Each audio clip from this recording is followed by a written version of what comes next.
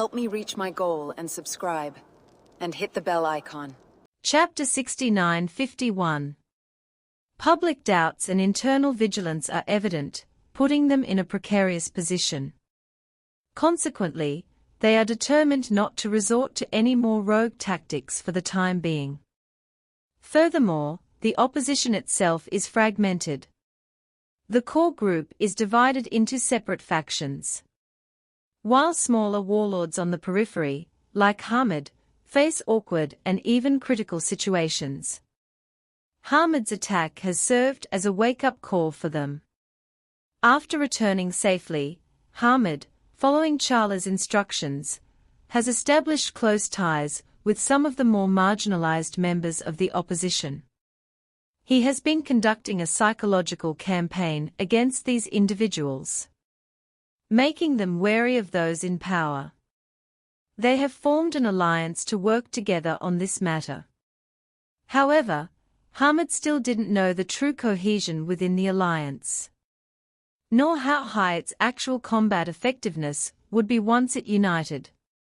Therefore, he was keeping his guard up. After eliminating the internal spies, he tripled the number of personnel responsible for regular sentry duty and security.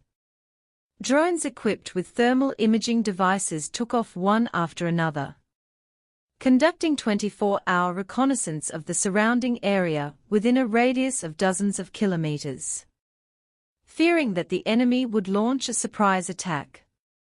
When Charlie called him, he was still asleep after several hours of inspection. After receiving Charlie's call, he quickly perked up and asked excitedly, "Brother Wade, what do you want me to do?" Charlie asked, "Brother, how have things been going these past few days?" Hamid sighed and said, "I've been secretly cooperating with some warlords within the opposition according to your previous instructions, and have reached a preliminary alliance agreement with them." Charlie asked him, "How strong are those warlords?" "Strength," Hamid said awkwardly, "they are not very strong. They don't even have their own territory. Their team has been reorganized into the so-called government army. However, because of my experience, they are now in a state of panic, and are eager to find an opportunity to separate their team." Charlie instructed, "You can instigate these warlords like you to govern themselves according to your model. It would be best if they could also control an area, build high walls, and store food like you. These days, it is not safe to leave your back to your comrades. If you can build an iron wall by yourself, your safety will be greatly improved." Hamid sighed, "They want to, but how can they do it? It's so easy to accomplish." The core of the opposition has always been extremely wary of them. If they want to reorganize their army, they will definitely not agree. Charlie smiled. "They wouldn't agree before, but that's no longer the case. They must be extremely worried. After all, they've secured power and are no longer the opposition they once were. This terrorist attack has a huge impact on their image. Furthermore, internal morale is low. If they continue to maintain high pressure on other warlords, they might be in chaos before the former government troops return. Therefore, now is a good time to promote the feudal system." "Feudal system?" Hamid said, puzzled, not quite understanding what Charlie meant. Charlie said, "Another way of putting it is a modern federal system. Like you, everyone strives for their own fiefdom, operates within it with their own armed forces, and enjoys a high degree of autonomy in normal times. However, in major events like foreign invasion or internal uprisings, they obey the orders of the federal administrators and fight together against the enemy." Hamid hesitated for a moment and said, "Many people saw that I almost died in the Maldives, and they might think that they might face the same fate in the future. or even not be as lucky as me. Now they are all in danger. If they can have a high degree of autonomy, it would definitely be the best choice. I just don't know if the core layer will open this loophole. Chapter 69:52. Charlie said lightly, whether this loophole will be open depends on whether the internal and external pressures are great enough. When the pressure is not great, everyone wants both. But when the pressure is too great, everyone will automatically make choices. Since there is now great external pressure and great internal barriers, as long as these warlords like you can unite, striving for a high degree of autonomy is not a problem. Provided that the capital and economically prosperous areas are left to the core layer. Hamid sighed, if we can't get the economically prosperous areas, even if the core layer agrees, we will most likely have to go to a remote place to start from scratch. These warlords may not have such a sufficient starting point. Funds. Charlie smiled and said, that's why I called you. Burton had just called me and said he's willing to donate $200 million to you to help you consolidate your position there. I think you could use some of that to support your fellow sufferers in building their own territories. Hamid exclaimed, Arno donated $200 million to me. This must be all because of your brother, right? Charlie smiled and said, it doesn't matter whose face it is. What's important is that these $200 million can help you win over many people. Hamid said gratefully, Brother Wade, you have helped me so much. I don't know how to repay you. Charlie said, there's no need to be so polite between you and me. What's more, the front has its roots in Syria. In the future, we will need both of you to cooperate and help each other. If you get better, the strength of the group will also improve. After that, Charlie asked him, by the way, after you returned, did you contact the opposition leader? No. Hamid said somewhat angrily. These bastards who don't keep their promises and stab you in the back. I don't want to have any contact with them again. Charlie said lightly. Don't be so impulsive. He stabs you in the back, but he didn't knock you down. Then you have to learn to take this opportunity to make a fuss and blackmail them. Listen to me, ask them for an explanation today, and make them give you some compensation. Otherwise, you will never stop. Not only will you make a fuss in Syria, but you will also make it known on the internet. You can also register a personal account online, shoot short videos, and do live broadcasts. The bigger the incident, the more afraid they will be of you. In short, you have to do everything you can to torture them and force them to reach a settlement with you. Reconcile? Hamid asked, Brother Wade, how do you want me to reconcile with them? Charlie said, let them at least give you some compensation. It would be best if they agreed to expand your territory. Then you can hire an exploration team to see if there is any oil or natural gas in your territory. If so, we will invest in mining. Hamid said, Brother, even if I can dig up oil, I have no way to sell it. I don't have the qualifications for import and export business. And people won't do business with a warlord like me. Charlie smiled and said, you don't need to sell it. As long as oil can be mined in your territory, I will let Cataclysmic Front invest in an oil refinery. Gasoline and diesel can be directly digested by the front. And heavy oil can be sold to ISU shipping, which can be directly added to passing cargo ships at sea. Everything will form an internal closed loop. When the time comes, let Cataclysmic Front settle the bill for you. And you just need to collect the money. Chapter 69:53. The biggest cost of long-distance transportation is fuel oil.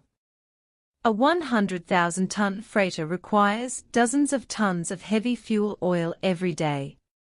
It can refill thousands or even thousands of tons of fuel at a time. If the price difference is several hundred yuan per ton, then adding fuel once can make a difference of hundreds of thousands. Many ocean-going freighters like to refuel in Singapore, mainly because the oil prices there are cheap, and filling them up can save a lot of money. If Hamid had oil, he wouldn't have had to struggle to find any buyer at all. He would just have to sell the oil to Cataclysmic Front at a lower price. And Cataclysmic Front would sell the heavy oil to ISU Shipping at a lower price. And this line of business would be considered a runaway. When the time comes, Hamid can make money. Cataclysmic Front can make money. ISU Shipping can save part of the fuel cost. The fleet size is there, and the cost savings in a year may be hundreds of millions. This is a win-win situation. Moreover, Cataclysmic Front relied on the foundation of escorting this route. And carrying out refueling business for ISU Shipping was nothing more than a matter of carrying hands. Although Syria's oil reserves are not as rich as those of the wealthy countries, Charlie does not expect Hamid to get a large oil field that can make tens of thousands of dollars a day. As long as there is one that is about the same, it can be digested internally by Cataclysmic Front and ISU Shipping. This matter is worth getting into. Moreover, Charlie didn't want to save himself money, mainly because Hamid, a big boss, was usually bored in that poor ravine and had almost no source of income. If he hadn't assisted himself, his base would not be where it is today. But if he can't make ends meet for a long time, it's like a company that has been losing money all year round. Overall, it's a bottomless pit, forcing him to make money. He doesn't have the ability, and he has to subsidize him by himself. Or just give him up. So for Charlie, the best way is to be able to help Hamid find a stable channel of earnings. Syria is a place where wars are raging all year round, and the land is barren. Even if you grow food, you may not be able to achieve self-sufficiency, let alone make money here to feed a huge army. To say that you want to make some money locally, the best thing you can do is to extract oil. If Hamid can't get himself a piece of land that can produce oil, then Charlie even considers asking him to find an opportunity to grab one. Otherwise, with such a big stall as he is now spreading out, he may well not be able to hold out once he terminates the aid himself. Hamid also roughly understood what Charlie meant. Now that the stalls are large, not only are there more people, but there are also many more permanent fortifications under construction and needing maintenance than before. The overall operating costs have doubled several times compared to before. Plus, Charlie has been letting himself hoard enough supplies. And those reserve supplies also require a large amount of funds to replace them constantly. In this case, one's deficit will only grow worse. If you don't hurry up and find a way to get some money, it will later become very passive. So, he said to Charlie, there is an oil field more than 40 kilometers away from me, which has been controlled by the opposition. It can produce about 5,000 to 6,000 barrels of oil per day. This is the oil field closest to me.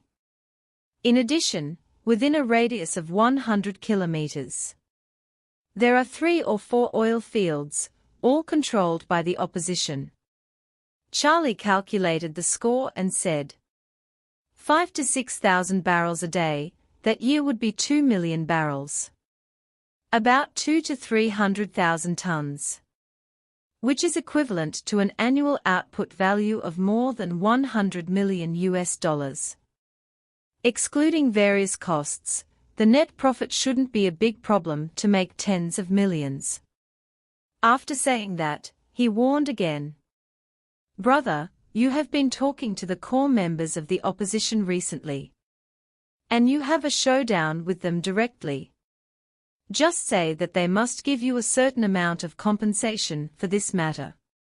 If he asks you what kind of compensation you want, just tell him that you want the oil field closest to you. If they give you the oil field and all of them are at peace, you are still a nominal part of them. And foreign enemies appear, you will fight alongside them. If they don't give it, you don't need to say any nonsense. Just lead your troops to attack all the other oil fields within a 100-kilometer radius except this oil field. How to beat up, brother? Hamid exclaimed, have you directly led the troops to fight over? Right.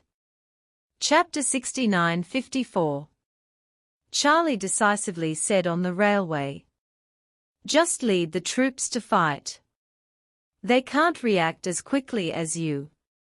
You can move quickly at a distance of 100 kilometers. You can shoot down one in a few hours. If you raise so many soldiers, it's time to pull them out. I'm wandering around, always nestling in the ravine and eating imported white noodles. After eating for a long time, I can't even use a gun. Okay. Hamid said without hesitation. Then hit him like a dog. Anyway, I have done a good job of fortification here. And I will withdraw after the battle. They can't retaliate. Charlie said, that's right, take action when it's time to take action. Just summon the army and do it. Hamid asked, then what do you think is the right level of hitting? Charlie said seriously. Their oil fields must be completely paralyzed to the point where they cannot be repaired without spending a lot of money, or a lot of time. For you, it is nothing more than paying some normal losses in the war and attrition. For them, destroying an oil field may result in hundreds of millions of dollars in losses in the next few years. So it is a good deal to hit you no matter what. Moreover, your base is impregnable. They can't do anything to you. And those oil fields are very close to you. You can fight guerrillas and blitzkrieg with them. After a round of attack, all these oil fields like money printers will be shut down. At worst, just flip the table and don't let them take the bites. If they come for you. Infected by Charlie's words, Hamid immediately said with excitement. Brother is so right. Sure T, don't give me 2 bites, I'm fucking smashing the pot. Charlie told him again, if you win this step, it will provide an idea for other opposition warlords. By then, many people will want to separate and set up their businesses. Which will also greatly weaken the core of the opposition. Once everyone wants to enfeff, they can't suppress it. The cost of attacking one by one is extremely high, and the chance of winning is slim. By then, in order to protect the core interests, I can only grit my teeth and accept it. Speaking of this, Charlie explained. Sometimes security does not come from strengthening oneself, but also from limiting the enemy. If you can disintegrate the strength of the core layer from within, then the gap between you and them will become smaller and smaller. Small, they will naturally not dare to underestimate you in the future. So I think this battle must be fought, and if you want to fight, fight it as soon as possible. Hamid was a little eager to try and said excitedly. Okay, brother, from this point of view, this battle is inevitable. I'll talk to the opposition's core on the phone later. And as long as he dares to reject my terms, I'll immediately strike a devastating blow at all the oil wells around me. A few days before Charlie and Claire returned. Claire was busy at the company late every day, and in her words, many projects were backlogged for too long and required overtime work. However, Charlie was not suspicious. But he did not know that she was already preparing for a month later. A few days later, Elaine and Jacob returned to Orus Hill with large and small bags. The two had a great time in Dubai this time. And basically spent hundreds of thousands of dollars.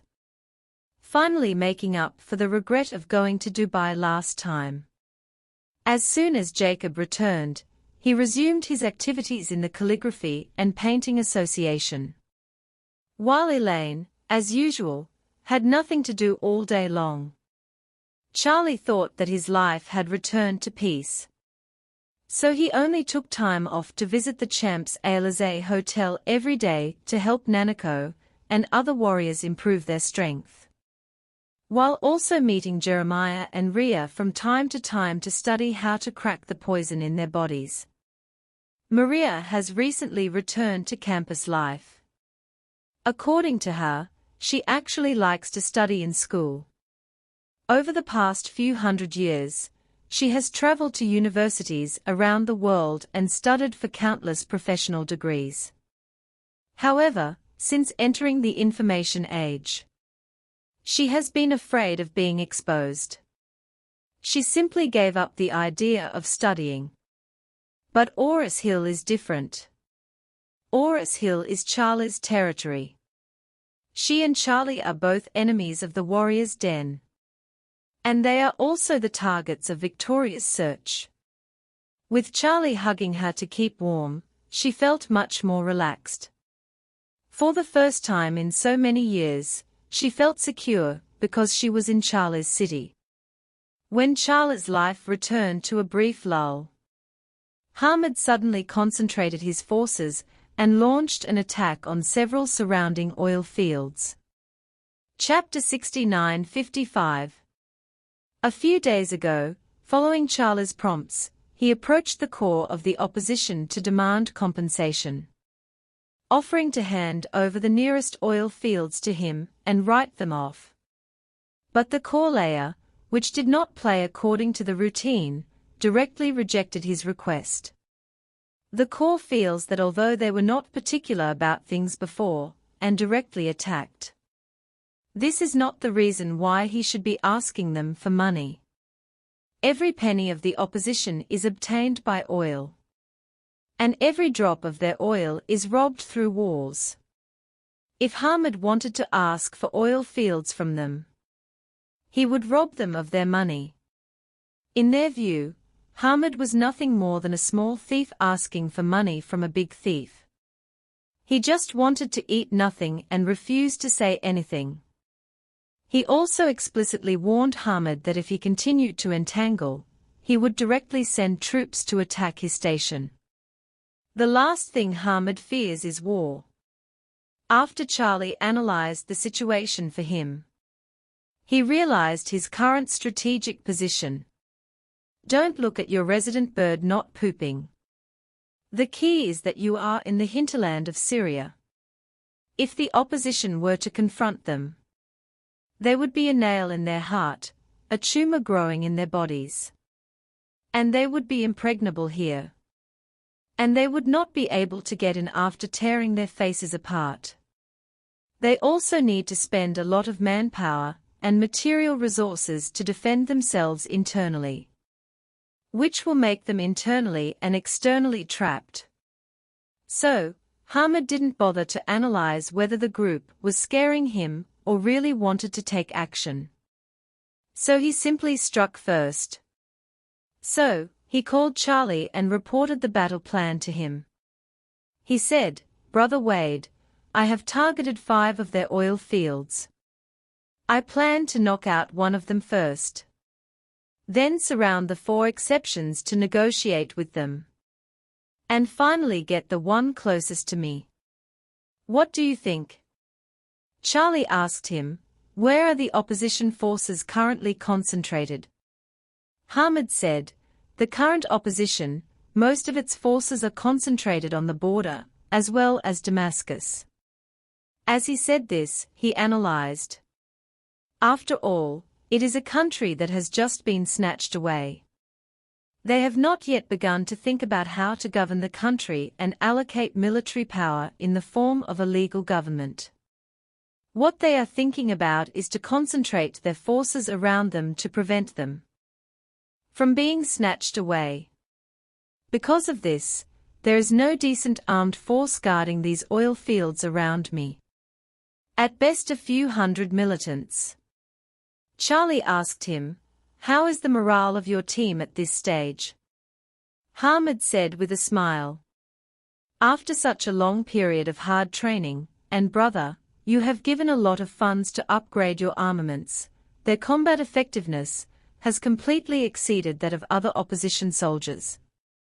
The opposition basically are still cluttering around with AK-47s. If we really fight, the battle damage ratio can be controlled at least 1-3. Charlie said, if you want to fight, just hit them off guard. Let alone the battle loss ratio of 1-3, 110 cannot be counted as a pass. You must move quickly, deploy quickly, fight quickly, and withdraw quickly with your soldiers. The battle loss ratio must be controlled above 130. Hamid exclaimed, 1-30. This is a bit hard, right? The battle damage ratio is 1-30, which means that if a soldier is killed on one side, they have to kill at least 30 people on the other side. This is still very rare in modern warfare. But Charlie doesn't think so. With the first mover advantage, he is already very ahead of the opponent. Coupled with the advantages of soldier status and weapons and equipment, the battle loss ratio is bound to continue to expand. Although 1-30 seems out of reach, it may not be impossible to achieve it. He must give Hamid set a high goal, and let him go all out towards this goal. Let's talk about whether it can be completed. Hamid is a little apprehensive about Charlie's demands. Feeling that he was not a commander but a student of Charlie's, and that Charlie had set himself an unattainable assessment target. So he quickly said, brother, this 1-30 is indeed a bit difficult. The lives here are worthless. There is no need for us to be so stubborn about the battle loss ratio. Let's just work hard and win. Charlie asked him, when you fought Cataclysmic Front, what was the battle damage ratio? Hamid suddenly became energetic and blurted out. That time it was amazing. Thanks to your command, brother, the battle loss ratio was at least 1 to several hundred. After saying that, he himself was a little confused and explained. But that time was different. That time we were fighting a defensive battle, supported by powerful permanent fortifications. And it was also an ambush battle, which caught them off guard. This time it's different, there are no fortifications to rely on this time. Charlie asked him again, how was the morale of your soldiers after fighting Cataclysmic Front? Hamid blurted out angrily. After that fight, the morale was very strong. No one expected that we could defeat Cataclysmic Front. And it was a crushing victory. The morale of the army was very united. That's it,